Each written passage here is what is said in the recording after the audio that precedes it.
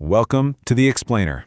Okay, so we're diving straight into an absolutely incredible text today called Tuning the Creative Mind. And honestly, it completely shatters how we normally think about generating ideas. I mean, if you've ever stared at a blank page, felt totally blocked, or just stressed out because you couldn't force a good idea to surface, well, what we're covering today is literally going to change everything about your process. Let's kick things off with this question. What if creativity isn't something you do, but something you are? I want you to really challenge your preconceived notions here about, waiting for the perfect mood or waiting for motivation to strike. We usually treat creativity like this demanding guest that we're just desperately waiting to arrive. But what if we've got that entirely backwards? The whole core premise we're exploring today is that creativity is received, not manufactured. Every great idea already exists somewhere out there, beyond ordinary thought. And your job? Your job is simply to allow it in. Think about it. The mystics, the visionary poets, the greatest artists throughout history, they didn't aggressively manufacture their masterpieces from scratch. No, they simply received them. So, here's our roadmap. We're going through 6 stages today. 1. Redefining the creative mind. 2. Becoming a clear channel. 3. Unlocking unseen possibilities. 4. Trusting the universal rhythm. 5. Shaping reality with thought. And finally 6. Finding your unique voice. All right, let's jump right into Section 1, redefining the creative mind. We're moving from manufacturing to receiving. Moving on to Section 2, becoming a clear channel. This is all about quieting the ego to let intelligence flow. To let that intelligence flow, your conscious mind actually has to step aside. We really need to dismantle this myth that you have to aggressively invent or force inspiration from scratch because, let's be real, that pressure is exactly what causes creative burnout in the first place. So consider this first key affirmation. I am a clear channel for infinite creative intelligence. Recognizing this is absolutely vital. It's not just some feel-good quote, it's an active portal to bypass your ego. By saying this, you're literally giving yourself permission to drop the heavy burden of originating every single idea purely from your own mental fatigue. Now, what's super fascinating here is how esoteric traditions throughout all of history point to this exact same principle, that true inspiration originates outside of our individual selves.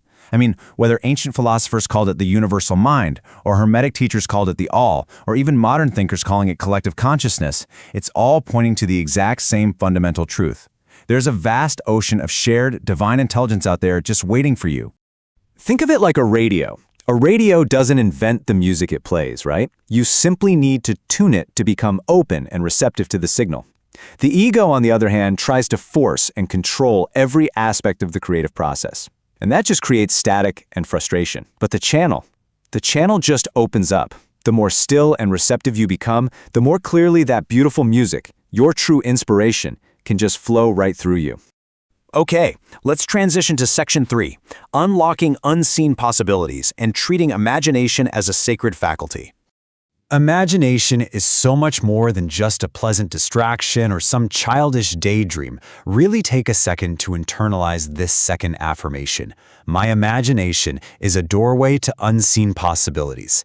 Remember, imagination is the thing that allows you to step beyond present logic to glimpse realities that just haven't manifested yet. It is not an illusion. It is a sacred faculty that reveals pure, unadulterated potential. Before anything exists physically in the world, the creative mind explores dimensions of possibility. It reveals potential long before ordinary logic can even see it. Think about the artist who sees the sculpture hidden within the stone, or the writer who hears the stories long before words ever hit the paper, or even the entrepreneur who perceives massive opportunities way before anyone else recognizes them. They are all willing to visit places that logic just hasn't discovered yet. Imagination is always the first whisper of creation. You've got to trust it, nurture it, honor it. Which brings us to Section 4, trusting the universal rhythm. This is about releasing the anxiety of immediate results. When you inevitably hit that invisible wall, feeling completely stuck, slowly repeat this third affirmation to yourself. The universe reveals inspiration to me in perfect timing. Seriously, let it release the anxiety of needing to force a flower to bloom before its proper season. We live in this crazy, fast-paced world that demands instant, on-demand results. But nature doesn't work that way. And guess what? Your creative mind doesn't either.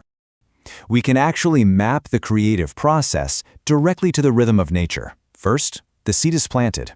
Then comes phase 2, what you probably perceive as an empty, frustrating silence. But actually, It's a vital period of invisible incubation right beneath the surface.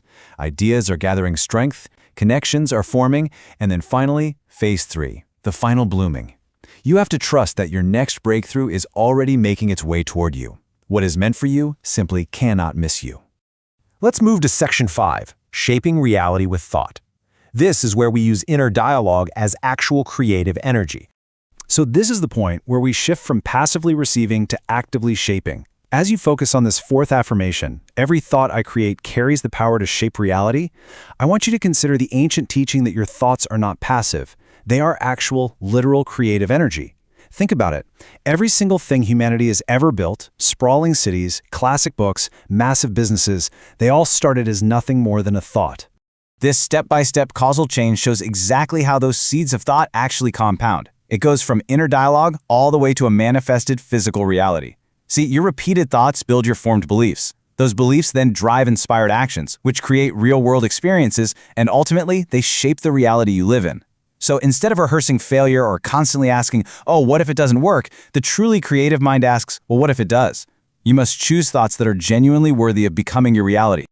And finally, Section 6, finding your unique voice and overcoming the massive obstacle of comparison. Now we have to tackle the ultimate creativity killer, and that's comparison. Silencing yourself because someone else appears more successful or more experienced is literally the fastest way to turn off your creative radio. So take a deep breath and absorb this fifth and final affirmation. I trust the unique creative voice that flows through me. Allow it to empower you to embrace your original essence. Look, creativity is not a competition. Nobody else has your specific perspective, and absolutely nobody has lived your exact experiences. The universe creates originals, and the moment you stop trying to sound like everyone else is the exact moment your true creativity emerges. I mean, the oak tree doesn't compete with the rose, right? The ocean doesn't compete with the mountain. They each just fulfill their own nature. Yet humans constantly silence their unique lens to imitate others. The world does not need another imitation. It desperately needs the version of creativity that only you can offer. Ultimately, this infinite wellspring isn't just for a select few geniuses or, chosen artists. Creativity is a current waiting to be accessed. It is a frequency inside every single human being, waiting to be tuned into.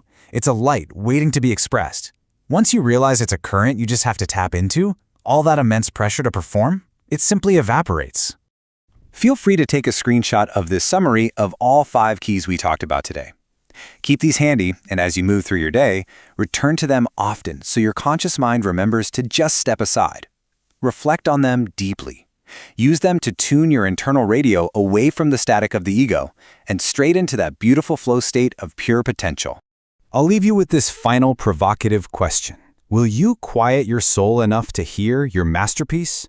Will you stop forcing inspiration and finally allow yourself to just receive it? The greatest masterpieces in human history were not manufactured through sheer willpower and stress. They emerged when the soul became quiet enough to hear them. Thank you so much for joining me in this explainer. Stay inspired, stay curious, and keep creating from that infinite wellspring within you.